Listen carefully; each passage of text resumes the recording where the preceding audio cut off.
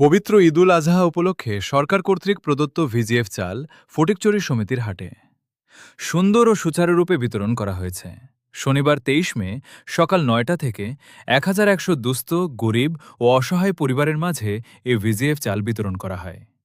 সমিতির হাট ইউপির ভারপ্রাপ্ত চেয়ারম্যান মোহাম্মদ নুরুল আলম ও বিএনপি নেতা সাংবাদিক সৈয়দ জাহেদুল্লাহ কুরাইশি ভিজিএফ চাল বিতরণ আনুষ্ঠানিকভাবে উদ্বোধন করেন।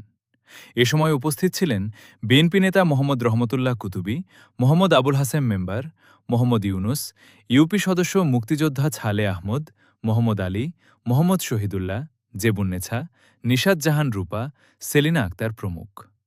ভিজিএফ চাল বিতরণ কাজের উদ্বোধন শেষে ভারপ্রাপ্ত ইউপি চেয়ারম্যান মোহাম্মদ নুরুল আলম বলেন, বাংলাদেশ সরকারের দেওয়া ঈদ উপহার বিজিএফ চাউল বিতরণ কর্মসূচি সকাল ৯টা থেকে আরম্ভ করছি। ইতিমধ্যে আমরা আমার ইউনিয়নে ১১০০ কার্ডের মধ্যে আমি ইতিমধ্যে অর্ধেকের বেশি, প্রায় অর্ধেক শেষের দিকে। তো এখানে আমাকে রাজনৈতিক নেতৃবৃন্দ, উপজেলা প্রশাসন, আপনার ট্যাগ অফিসার সবাই আসছে, সবাই যথেষ্ট সহযোগিতা করছে। আমার বিভিন্ন ওয়ার্ডের মেম্বার, মহিলা মেম্বার, বিভিন্ন ওয়ার্ডের প্রত্যেকটা ওয়ার্ডের বাংলাদেশ জাতীয়তাবাদী দলের রাজনৈতিক নেতৃবৃন্দ, ওরা আমাকে সহযোগিতা করছে। আমি সকলের প্রতি কৃতজ্ঞ।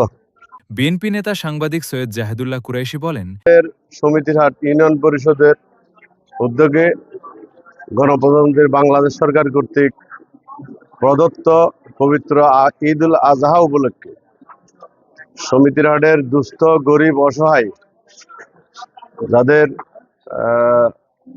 দিনে আনে দিনে খায়, তাদের জন্য আমাদের সরকার কর্তৃক যে প্রদত্ত বিজিএফ চাউল আজকে ইউনিয়ন পরিষদের ভারপ্রাপ্ত চেয়ারম্যান নুরুল আলমের নেতৃত্বে প্রদান করা হচ্ছে। আমরা বিএনপি পরিবারের সদস্য হিসেবে এখানে উপস্থিত হয়েছি।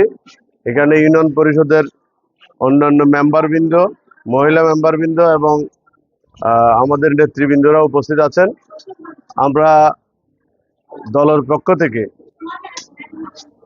ইউনিয়ন পরিষদকে কৃতজ্ঞতা জানাই, সাথে যারা দুস্থ অসহায় মানুষ আসছেন তাদেরকে আমরা ধন্যবাদ জানাই। তারা স্বতঃস্ফূর্তভাবে এসে এই সরকারের প্রদত্ত বিজিএফ চাউলগুলো নিয়ে যাচ্ছেন।